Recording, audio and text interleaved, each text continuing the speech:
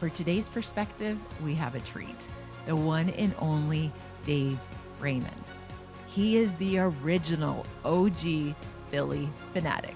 Yes, the big green monster inspired with the Muppets. This is him. This is the original mascot who got to serve Philadelphia and beyond worldwide for over 16 years as the iconic mascot who now studies and talks about all things around fun and joy and play. And we took a deep dive into how do we cultivate those things like fun, joy, and play, especially when things are hard. I hope you enjoy this episode. I am so glad that you're here for it. Dave, I'm so excited to spend time with you in conversation today. Thanks for making time for this. Oh my gosh, same, same, same. Or as my wife says, ditto. Ditto. I love it. Because I've been looking forward to this and I can't wait. Oh my goodness. Well, let me tell you, I love all things around joy and happiness and merriment. And I think about you and your work and your body of work. And like you are it personified. Like you are literally joy that moves through time and space. And I'm so excited to hear and learn more about your story and the good work that you're doing. Thank you. I just, and the platform that we're on, the podcasting that you've done such a great job with, it just opens up a whole wealth of information that we can tap into. So I'm hoping that your listeners will enjoy it. I know I'm going to. Well, thank you very much. So to kick us off, for folks who might not know who's behind the green guy, could you tell us a wee bit about how you got started in this area around joy and happiness and play and all of the good stuff? Yeah, I mean, I had a giant green furry Muppet that led me into all of this. I believe everything I've done in my career has brought me to this place spiritually, and I feel I'm living a purposeful life, which is blessed and lucky because I know not everybody gets to. Yeah. But my dad was a very famous football coach. He coached at the University of Delaware for 50 years. Wow. He won 300 games there. He's in the College Football Hall of Fame, and I grew up in a family that was blessed because of our small community in Newark, Delaware. Loved Delaware football, was proud of my dad. Of course. And I just wanted to be him. And he recognized that maybe I needed a shift in perspective because he was happy to help me be a football coach and a teacher. But he said, look, I know the owners of the Philadelphia Phillies, the major league team of Yes. Philadelphia. And he said, I can help you get a summer job. You're a sophomore. You're playing football for me. You're kind of living your dream. Yes. But take a look at what something else might be. He said, you can go there, work for the Phillies. That was 1976 for a 2-year internship. He said, you'll never know who you'll meet or what might happen. And then lo and behold, my third season, I went back to finish schooling and the Phillies hadn't offered me a job. And I thought, gosh, maybe I didn't do well for them. Sure. But they called me up early in the spring, said, look, we want you to come back. You just need to go to New York and get fitted for the costume. I said, what?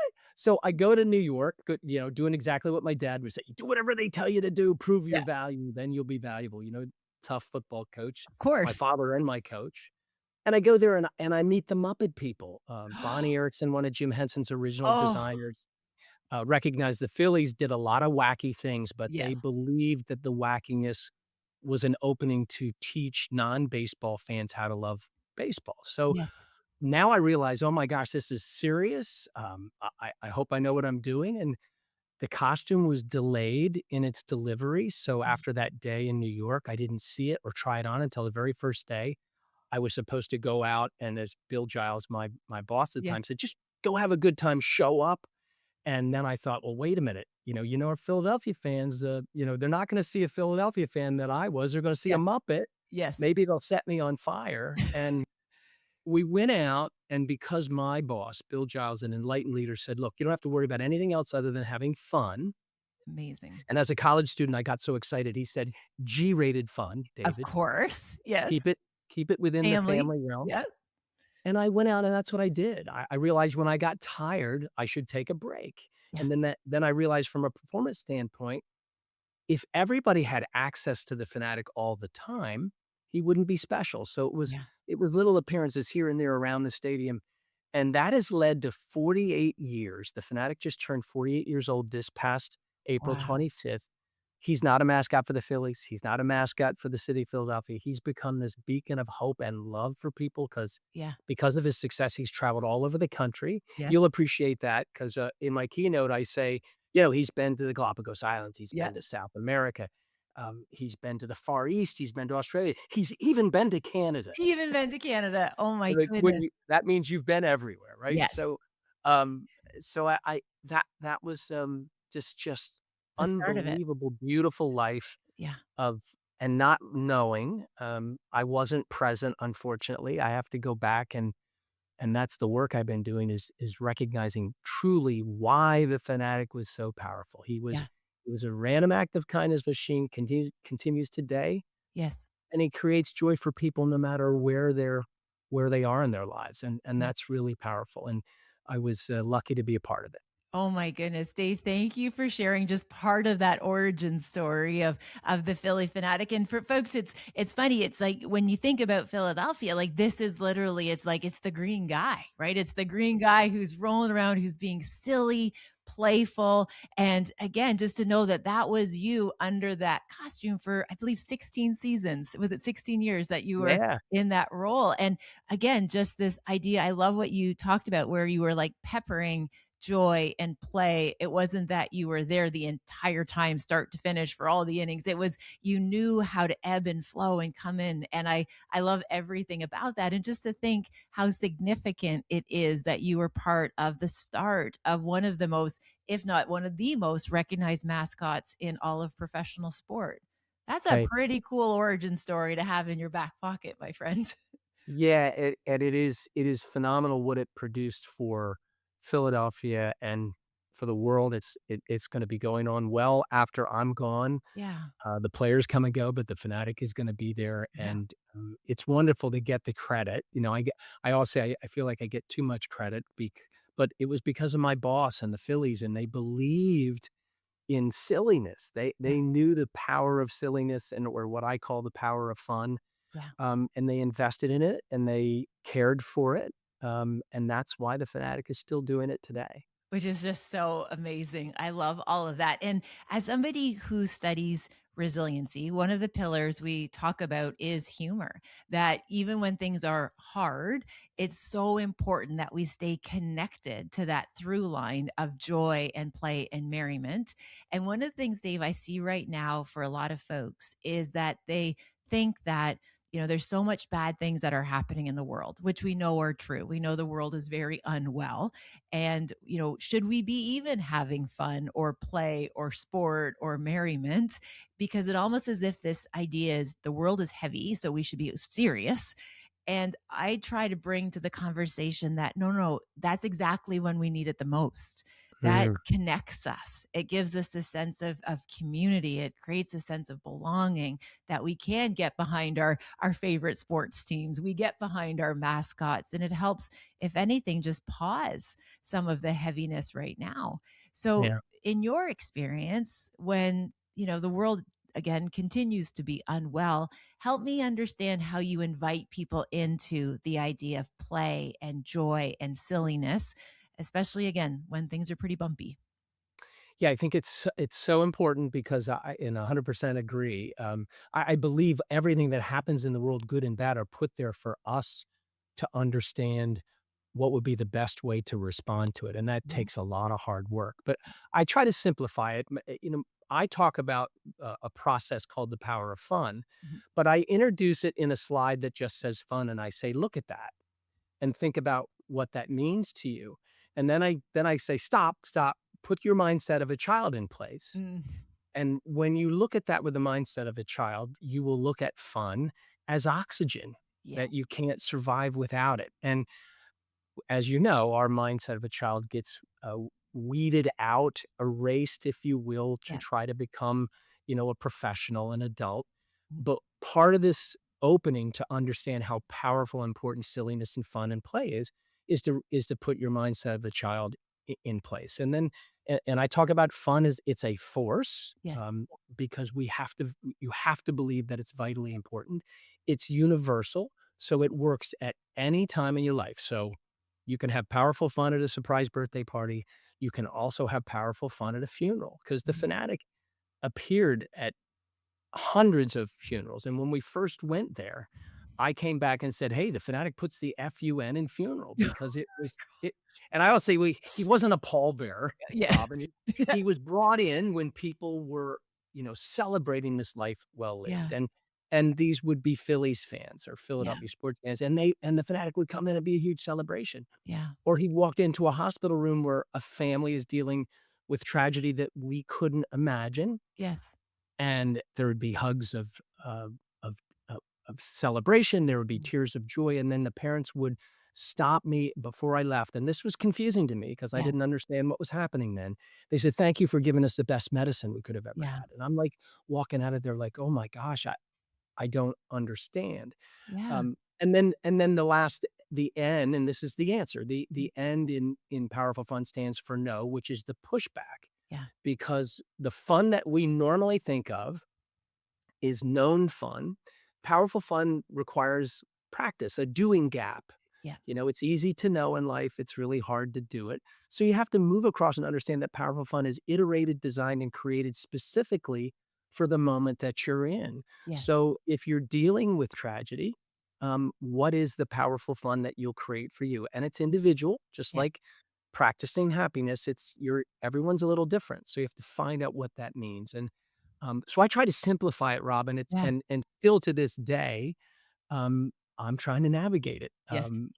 My wife always reminds me media has dubbed me the hero of happiness, and when I'm not listening to my practice, she goes, "Okay, Mr. Hero of Happiness, Yes. maybe you should practice what you preach." So it's an ongoing effort, and it Yeah. takes hard work and practice. But when you do it, the payoff is to understand that not to waste our suffering, not to Yes. waste our joy. It's Yes. all part of what we're gonna see in life. Yeah. Dave, that's absolutely beautiful. And as you were describing, the fanatic showing up at a funeral, I just imagined, and again, it's just a kind of an image that came to my mind of like this, grieving family that has experienced loss. And as you and I chatted before we hit record, you and I both have experienced loss. So we know the heaviness of grief.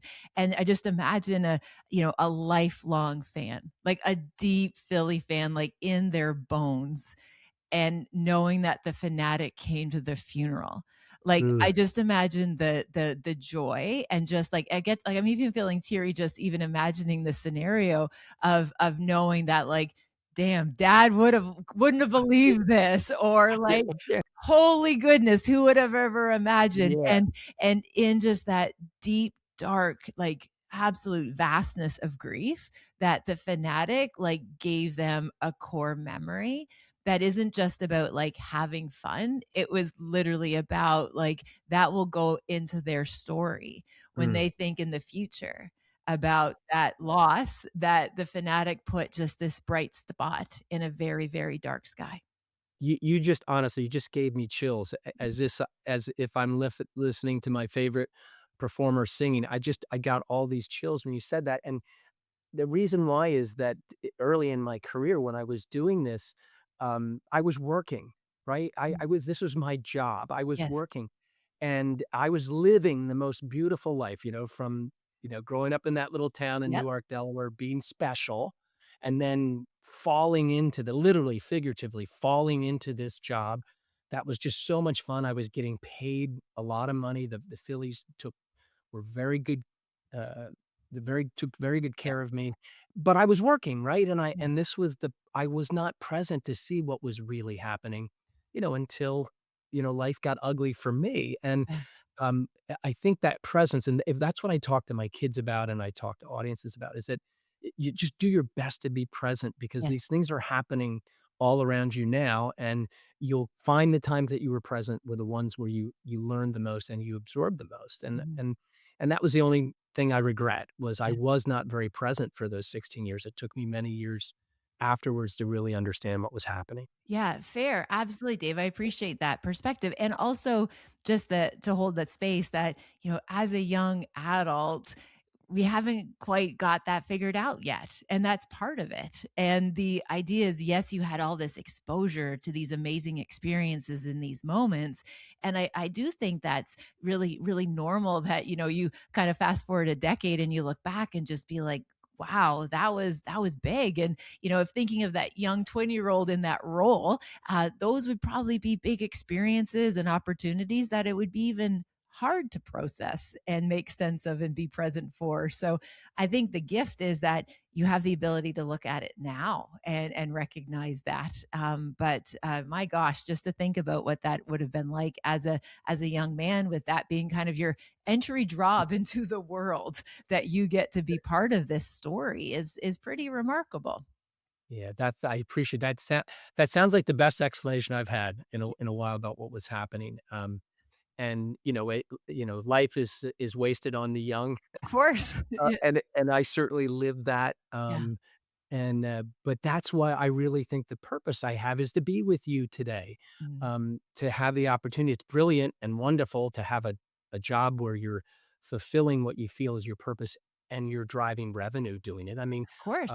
one of my prayers all the time is to say, "Is that okay?" Mhm. And the feeling I get back is, "Yes, you're Yeah. supposed to be doing this, and it's fine that people, are grateful for you doing it. Yeah. Just make sure you repay that gratitude," Totally. and it's that cycle of kindness and gratitude that continues to perpetuate, um, I'm 70 now, and I'm just as happy as I've ever been, and there are still some ugly things going on both in my life Yeah. and my, social connections and also, like you say, in the world, Mhm. but that's not gonna stop.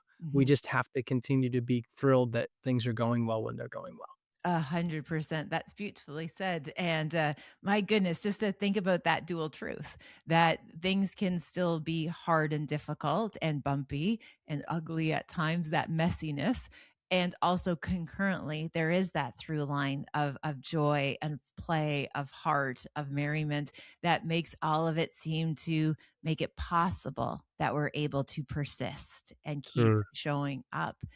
Dave, one of the things you mentioned right before, again, we hit record, is you shared an experience about being told about this idea of false hope Please. and that kind of fear of not getting our hopes up. And to me, there's this very important intersection between possibility and joy and good, and also a practice of hope. And I was wondering if you can tell us just a wee bit about that experience so we can unpack it together. Yeah, my beautiful life, I like to say my Leave It to Beaver life, and, you can look up Leave It to Beaver and see that in that 30-minute segment, you've got, Ward and June and June and Wally and the Beav, and they solve the world's problems in 30 minutes, but that's like, truly what I was living, and then I got punched right in the face when my mom got diagnosed with a grade 4 glioblastoma brain tumor. my gosh. And, we were told by a doctor in a 15-minute conversation, "Your mom's got 8 months to live." Just I mean, casually, and I don't fault this human being because he Mm. was a talented surgeon, he was young, we were lucky to have him in that regard, Yeah. but in the moment, he said, "I don't wanna give you false hope," and it didn't hit me right away because I was, that surreal, Yes. bitter, cold feeling, and my brother we were all together, my brother and sister and my dad and mom were all there. I got to look at my mom's face. She was accepting this because she was an old school woman, and this was Yes. the Lord, not a Yeah. doctor. Yeah. And then I looked back and said, "There's no such thing as false hope. We're either gonna have it Mhm. or we're not." And so I chose to believe in hope, not Yeah. knowing that we were gonna lose, our mom before we wanted to say goodbye to her. But and she was our front woman behind the scenes, Robin, Yes. like, Oh, I get uh, it. my Yes. dad got all the attention, but, Yeah. Tubby didn't do what Tubby wanted if Susie, Yes. didn't want it done. Bless you. And she just was, such a force. Yeah. So we knew we were gonna lose her, but my hope was that I was gonna have this opportunity to get to know her. And, Mhm. she went deaf when I was 3 years old, so I realized that all of the work I was doing that I was thinking anybody could do Yeah. was driven by thousands of hours of practice of nonverbal communication from 3 Yeah. on to be able to communicate with mom. She Oh, built a whole career working for the deaf community, teaching deaf kids that their deafness was not an excuse not to become a whole and complete person. And beautiful. so I was dealing with the brutality of life, and just shortly after my mom passed away, my marriage fell apart. My Mhm. young, 2-month-old son, Kyle, was gone, and it was ugly and I was hopeless and I Yeah. wanted to quit this job. Yeah. How can I work at silliness Yeah. when I've lost hope, Yeah. when I felt like there was no hope? Yeah. And, that's when the Phanatic's personality was there to lift me up Yeah. because I couldn't quit until I finished some appearances I had to do, Yes. and that's when I finally paid attention, Robin. I went, Wow. "Oh, wait, I don't need to think about self-harm anymore because, Yeah. that felt like a warm blanket. That's how Yeah. scary that is. It felt, Yeah. the idea of stopping this pain was like a warm blanket, but when I had that little tick above hopelessness that the fanatic gave me, I realized, no, this is what I need to do. I'm giving and then I'm receiving this Yes. wonderful generosity and joy, and then the hope came back. Yeah. And that's for me, I look at it and said, my mom gave me a skill set that created a personality that actually saved me from Ah, having to watch her succumb to brain cancer. So I like to talk about my mom as my biggest hero, where my yes. dad, certainly was my hero, but it was my mom that just, did all those things for me after she was gone. Mhm. It is such a wonderful lesson for me to live. And whenever I'm whining and complaining, Mhm. I just go back to, to my mom would be waving her finger and go, nah, Mhm. that's not the way you're supposed to do it. Yeah. And it brings me back to center. That's oh my gosh. First and foremost, thank you for sharing part of your story about the power of the relationship with your mom and how significant she was to your family system. And, I just imagine again, just this, how that connection point each and every one of you had in that relationship with her. And even just to think about the time, right? Historically, when we think about the time when she was here, the fact that she was that kind of that pillar of your family and how significant that was. And again, just that notion of being told that you're going to lose that member of your Yeah. family, or and in such a dramatic and such a scary way, especially that notion of the people we care about so deeply, knowing Sure. that they will be in pain. It's awful. And the fact that in that moment, you're just being crushed by life, right, with the loss of your mother, and then the relationship and all of these things. And I just think it gives us such interesting pause to think about, people that would be looking at you performing and doing your job. They would probably have no idea that under that costume, under the mask, is someone who is feeling the weight of the world and just feels so Sure. broken. Yet you are still able to be of service and show up. And in the act of being of service to others, it was giving you the opportunity to also heal and to process. Mm. And that's a very powerful testament to the lessons that our moms leave with us. And I just really appreciate you sharing that. Well, thank you. This is the reason why I was looking forward to talking to you. It's Yeah. like, it's therapy. Yeah.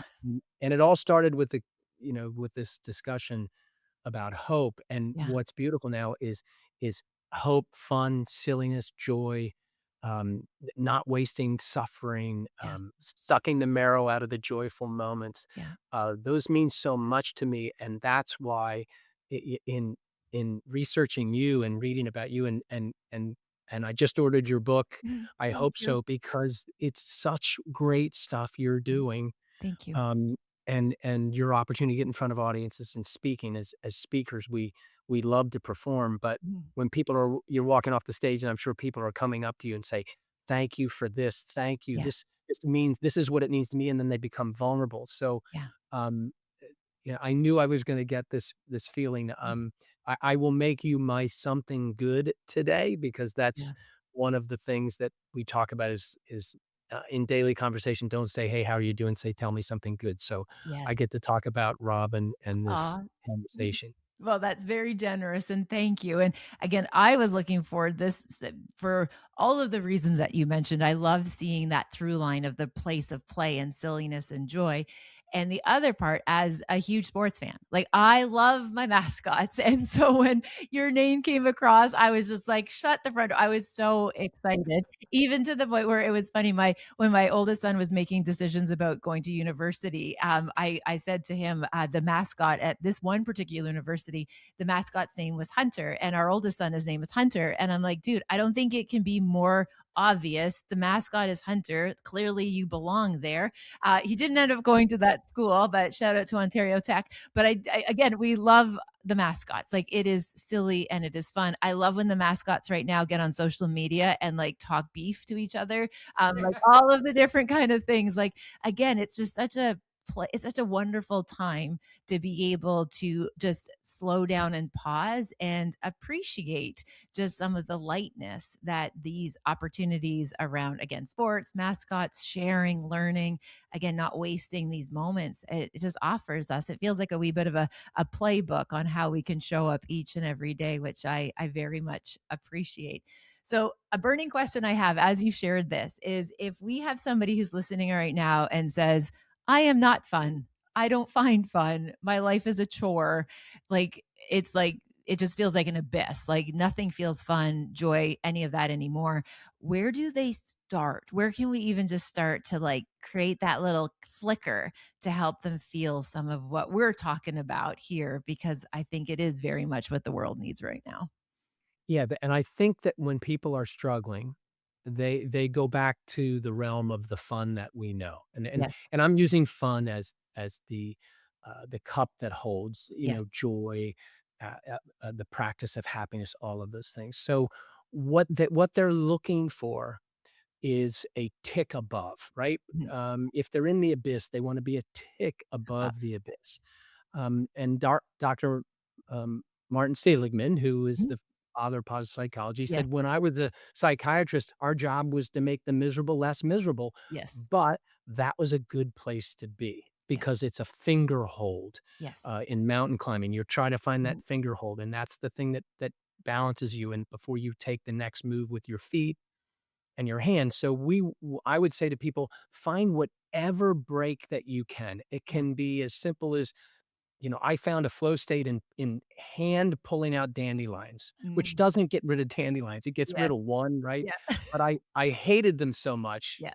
that I got great joy in digging and pulling that whole root out. And for Yeah. me, when I did that in my backyard, I found that I disappeared for a half an hour. Mhm. So what is it that will allow your mind to disappear? Mhm. I had the beauty of becoming another personality. Yeah. I was blessed with that. Most of us don't. So when you are at your worst, is there anything at all that can distract you for just a moment or two? Mhm. And it can be reading, it could be opening the front door, meaning Mhm. just go out, Yeah. walk. It could be meditation, it could be grounding. I mean, there's so many Yeah. things that it could be, but it needs to be something that as you think about it, it feels right to you Mhm. in your heart. This is yes, I love this. I'm going to do this. What you want to do is find that thing and make sure, if only for 5 minutes, Yes. you do that. And that's the finger hold, Yeah. because your job is to get a tick above the abyss. And then once you do that, you obviously should make sure you know that the most important thing you can do when you're in the abyss is to reach out to what Dr. Brooks calls a useless friend, That's a right. friend that always makes you laugh, that there's Yeah. no transactional effect in that relationship. It's just you love to be around each other and you Yeah. need to reach out. That was my keystone call to action in my mental health awareness speaking toward this May was just reach out, Yeah. get a hold of somebody. And as people who practice this and knows this, and then when you get into the abyss, you need to try to reach out for someone. So it's one simple step that will distract you from that abyss, Mhm. and then trying to build blocks on top of that. So Yeah. for a finger hold after a finger hold, till months, maybe Mhm. a year, you finally go, "Oh, it was great that I did that." Um, Yeah.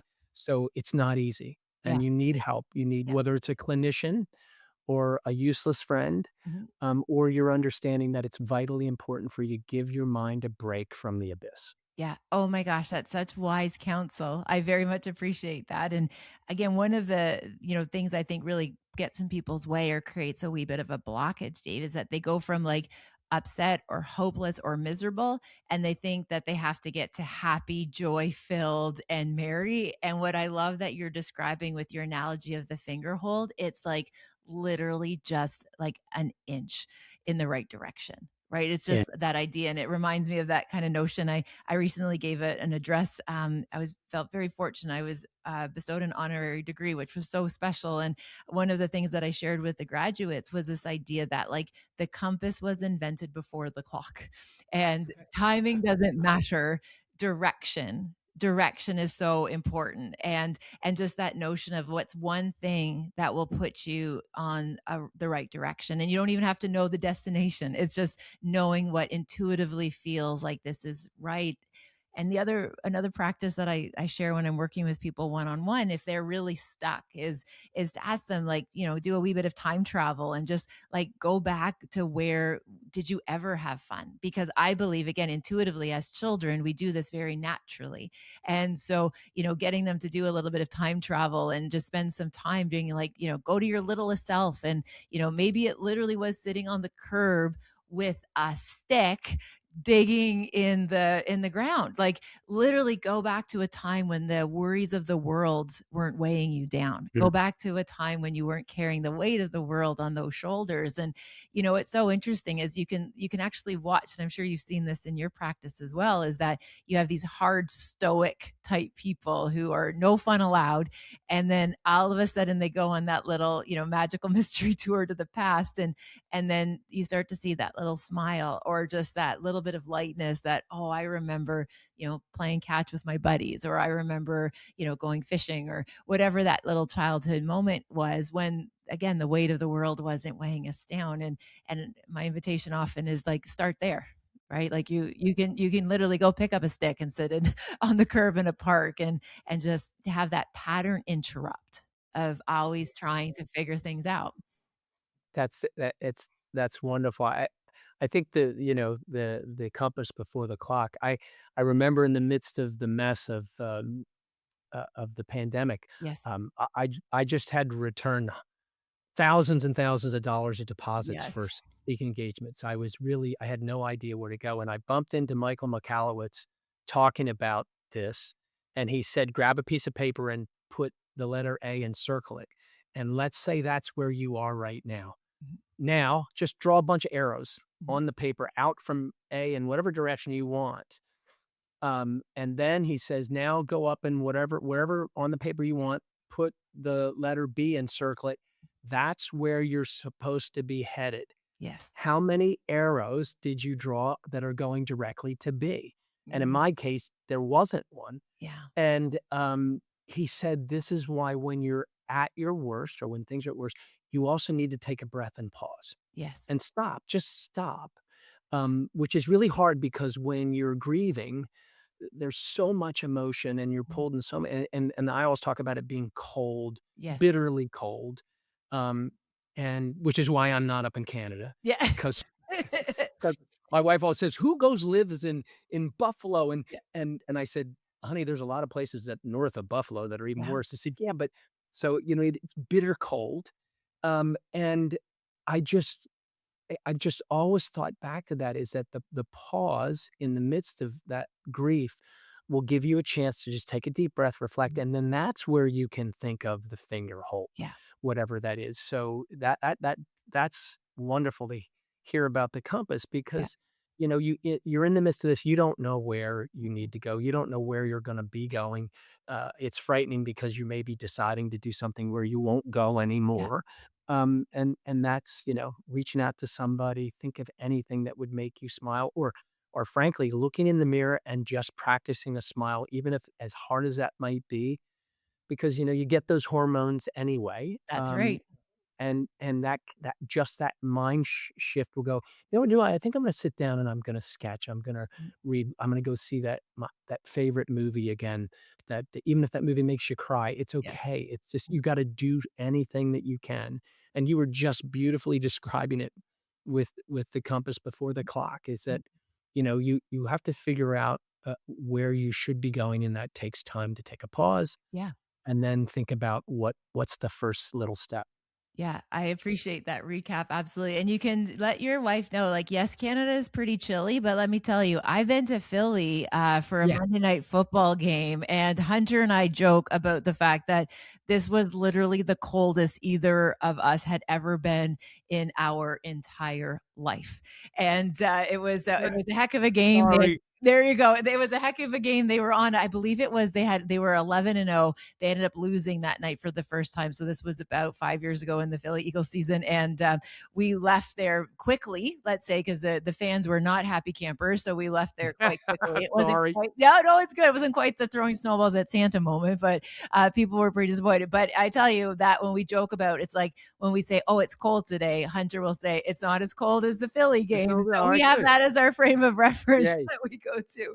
And by the way, you mentioned throwing snowballs at Santa Claus. Let me explain to you the heart of a Phillies fan. Santa sucked that day, okay? Yeah. He was skinny, he was dirty, and he was drunk. He deserved the snowballs. I love this. And I love just an identity around an entire city, around like, we don't put up with BS, right? You give us a bad Santa, we are going to have that moment. And I can just to digress for a moment, one of my favorite activities we do in our family, Dave, we do Mama Boy Weekend, because I want the boys to learn that being a mama boy is associated with amazing things, not a bad thing. So our thing have always been once a year, we go down and we check out an NFL game and an NBA game, and we have like the best time ever just for the weekend. And we've done this now, gosh, I guess Hunter and I and Jax are year 7 or 8 doing this. And the boys will say like, the Philly was our favorite, like seeing the 76ers and then going to an Eagles game. And obviously it wasn't baseball season, but just your town, your community, it is fun. It's hardworking. It's honest. It's genuine. And the fact that so much joy comes out of a place where there's also strength, I think is really, really cool. Yeah, and I think you've also some of the resilience of Philadelphia is being, I say, 2 hours south of the den of iniquity, an hour and a half south of the heartbeat of our country, and we're just sitting in the middle of it, and I think we forget how important Philadelphia is, and it's a surrounding area where there's, the tri-state. There's so many states you get to in 20 minutes or less that just, become part of Philadelphia, even though that we're not in Philly proper. But yeah, I think we're a resilient city, and we are very kind here. It's, there are knuckleheads. I call it the 10% stupidity factor. Yes. And the reason why I know there's a 10% stupidity factor, because I've lived there before in my life. So we've all done it, right? But so the knuckleheads are the ones that, get the notice. Yeah. And every city has knuckleheads. Of course. So it's no different in Philly like it is in any city, but we will embrace you, and we will love being with you. And as the Phanatic does, he's more upset with the Mets hat. He's not upset with the wearer. He's upset with the Mets hat. So the hat's going to get the abuse. Yeah. The fan will get an embrace and a photograph, and he'll get his hat back. It just might not be as clean as it was. I love everything about this. That's his personality, is that he's not upset with you. He's just upset with what you're wearing. Yeah. Like, here's a Phillies hat. Put that on. Yeah. Oh, I absolutely love that.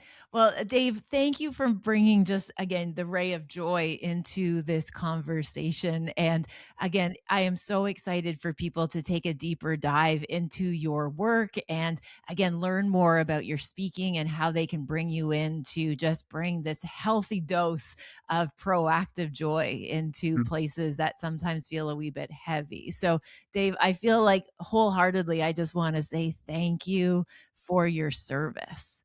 You have serviced the hearts of so many people all around the world. I have never had a chance to be able to meet a mascot that I've admired for so many years in person, even virtually. So please know that this is so special for me. And I wish you and your family all the best and all the joy out there in the world to be had. Thank you for listening to this episode of Perspective. It means the world to me that you spent time listening to this idea, these conversations. Now, if you have found something useful or helpful, please share it with someone else. Something that I know it means the world to me to know when something has landed and then you pay it forward. Another way you can support the podcast is to rate and review this podcast wherever you listen to podcasts. I hope you have a wonderful rest of your day. Thank you for listening. I appreciate you, and I look forward to connecting again very soon.